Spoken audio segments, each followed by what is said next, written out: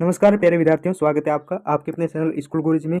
आज आपके हिंदी विषय का जो पेपर बताने वाला हूँ आपके एग्जाम के लिए 100% इंपॉर्टेंट साबित होगा विद्यार्थियों। क्योंकि हर साल हर बार जो क्वेश्चन पेपर आपके लिए सॉल्यूशन करवाया जाता है तो उन्हीं में से आपके हुबहू एग्जाम में देखने को मिलते हैं सारे के सारे क्वेश्चन। तो इस बार भी आपको इसी क्वेश्चन पेपर में से आपको एग्जाम में बिल्कुल देखने को मिलेंगे। बस आपसे रिक्वेस्ट है कि अगर आप वीडियो को आप पूरा देखिएगा, पूरा का पूरा प्रश्न पत्र आपको याद करना है। सभी प्रश्नों के विद्यार्थियों मैं आपको पूरा का पूरा सॉल्यूशन करवा दूंगा, सभी के उत्तर बता दूंगा, आपको एक ही बार में याद हो जाएगा। वैसे आपसे एक उम्मीद रहेगी कि अगर आप चैनल पर नए तो चैनल को जरूर सब्सक्राइब कीजिएगा और वीडियो को और सारा का सारा प्रश्न पत्र है वो याद कर लीजिएगा, ये आपके लिए बहुत ज़्यादा इंपॉर्टेंट होगा। ठीक है, तो शुरू करते हैं। बिना टाइम वेस्ट किए, अपना समय खराब ना करते हुए शुरू करते हैं पूरा का पूरा प्रश्न पत्र। देखिएगा, सबसे पहले बता देता हूँ कि मैं सारे सब्जेक्ट के पेपर हैं ऑलरेडी मैंने इसी चैनल पर अपलोड कर दिए हैं विथ सॉल्यूशन, वो सभी देख लीजिएगा। ठीक है, तो सभी प्रश्न पत्र सभी से सब्जेक्ट के मैंने ऑलरेडी डाल दिए। ये हिंदी विषय का है तो सभी को देखना है और चैनल को सब्सक्राइब करना है। शुरू करते हैं।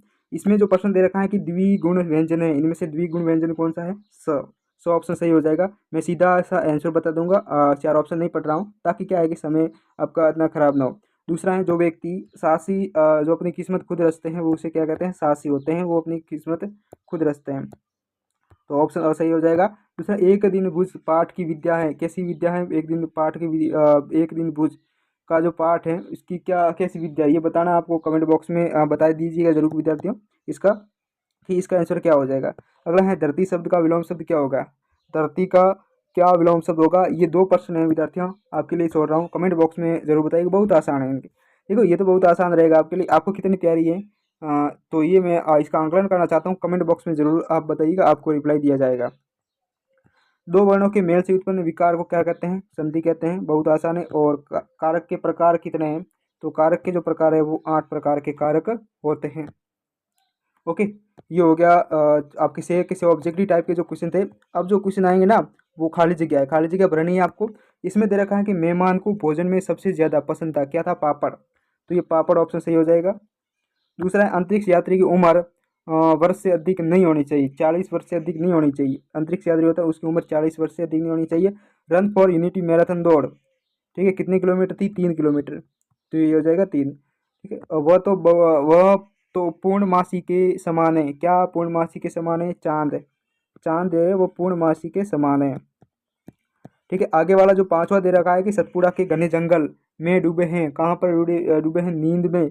ठीक है, क्या हो जाएगा? नींद हो जाएगा। और छठा दे रखा है कि दुष्ट व्यक्ति के साथ साथ आदर्श भी होते हैं, क्या होते हैं? आदर्श प्रणेता। क्या होते हैं? प्रणेता भी होते हैं, आदर्श प्रणेता भी। दुष्ट व्यक्तियों के साथ साथ आदर्श प्रणेता भी होते हैं, ये आपकी खाली जगह होगी। अब तीसरा प्रश्न है, जोड़ी का मिलान करना है। जो ये क्वेश्चन बता रहा हूँ विद्यार्थियों एग्जाम में बिल्कुल पूछे जाएंगे, क्योंकि हमारा अनुभव है हर साल हर बार जो क्वेश्चन पेपर आपके लिए उपलब्ध करवाया जाता है इसी चैनल पर, तो बिल्कुल वही पूछे जाते हैं, उन्हीं में से क्वेश्चन पूछे जाते हैं। अगर आपको विश्वास नहीं होता तो आप एक बार दोबारा आप एग्जाम देने के बाद इसी वीडियो को देख लीजिएगा।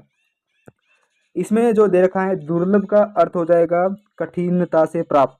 ठीक है, कबीरदास का हो जाएगा साखिया और शबद, और सम्माननीय का हो जाएगा आदर योग्य, और मृतिका का हो जाएगा मिट्टी, और दो बैलों की कथा ये क्या हो जाएगा? मुंशी प्रेमचंद की कथा है। और जहरीला क्या होता है आपका? सांप जहरीला होता है। ओके, ये हो गया, एक एक्स्ट्रा है वो आपके नहीं होगा। ठीक है, तो ये हो गया से के से आपके पूरे के पूरे मैंने करवा दिए। अब आप क्या करना है, एक वाक्य में उत्तर दीजिए। क्या करना है? एक वाक्य में उत्तर देना है।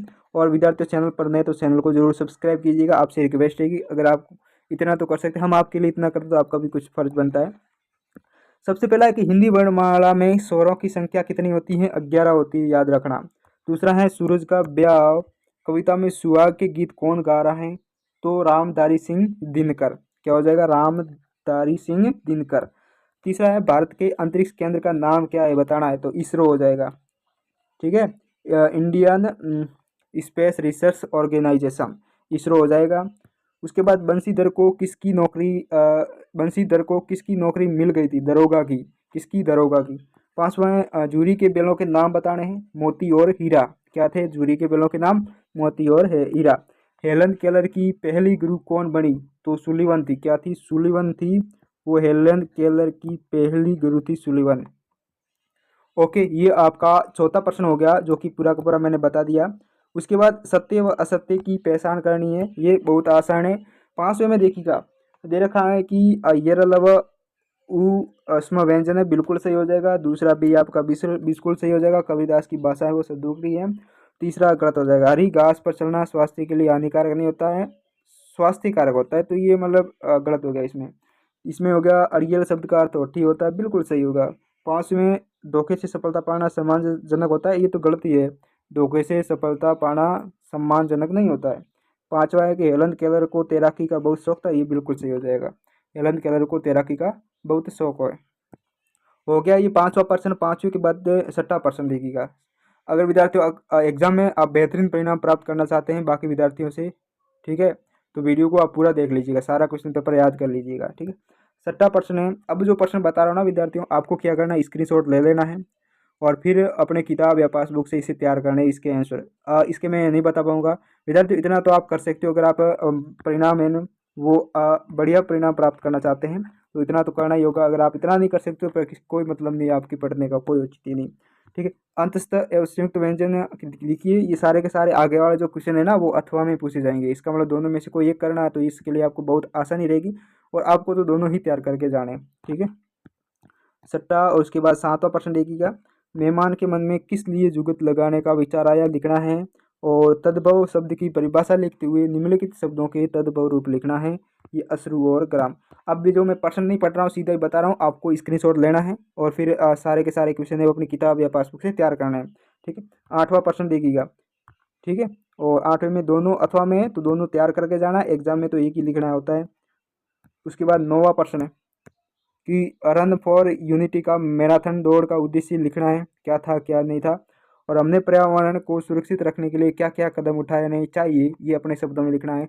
तो या तो आप ये लिख सकते हो या फिर ये, आपको तो दोनों तैयार करके जाने हैं, दोनों में से एक 100% पूछा जाएगा।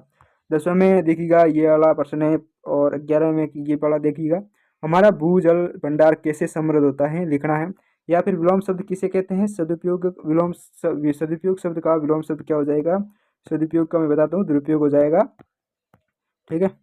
ये आपका 11 प्रश्न हो गया। 11वें के बाद 12वां, मासिक वेतन को पूर्ण मासिक का चांद क्यों कहा गया, ठीक है। ये भी अथवा में सारे के सारे प्रश्नों के स्क्रीनशॉट लेते जाइएगा।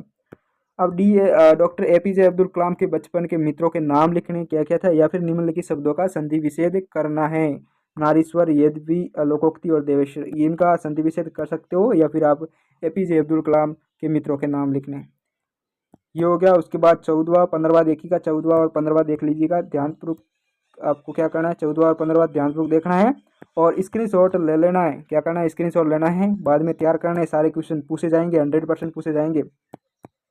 अब इसमें देखिएगा 16वां प्रश्न ये रहा, 17वां ये रहा, 16वां ये रहा, 17वां ये रहा, ठीक है।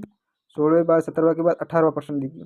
18वां में क्या पूछा गया, निम्नलिखित वाक्यों में उचित विराम चिन्हों का प्रयोग कर वाक्यों को पुनः लिखना है, ठीक है। क्या तुम कल विद्यालय गए थे, ठीक है, वाह कितना सुंदर है, तो यहाँ विस्मयादि बोधक चिन्ह लगेगा। दुश्मनों के साथ साथ मित्र भी होते हैं, तो आपको उचित विराम चिन्ह का प्रयोग करना है, या फिर ये जो कर देना अथवा में।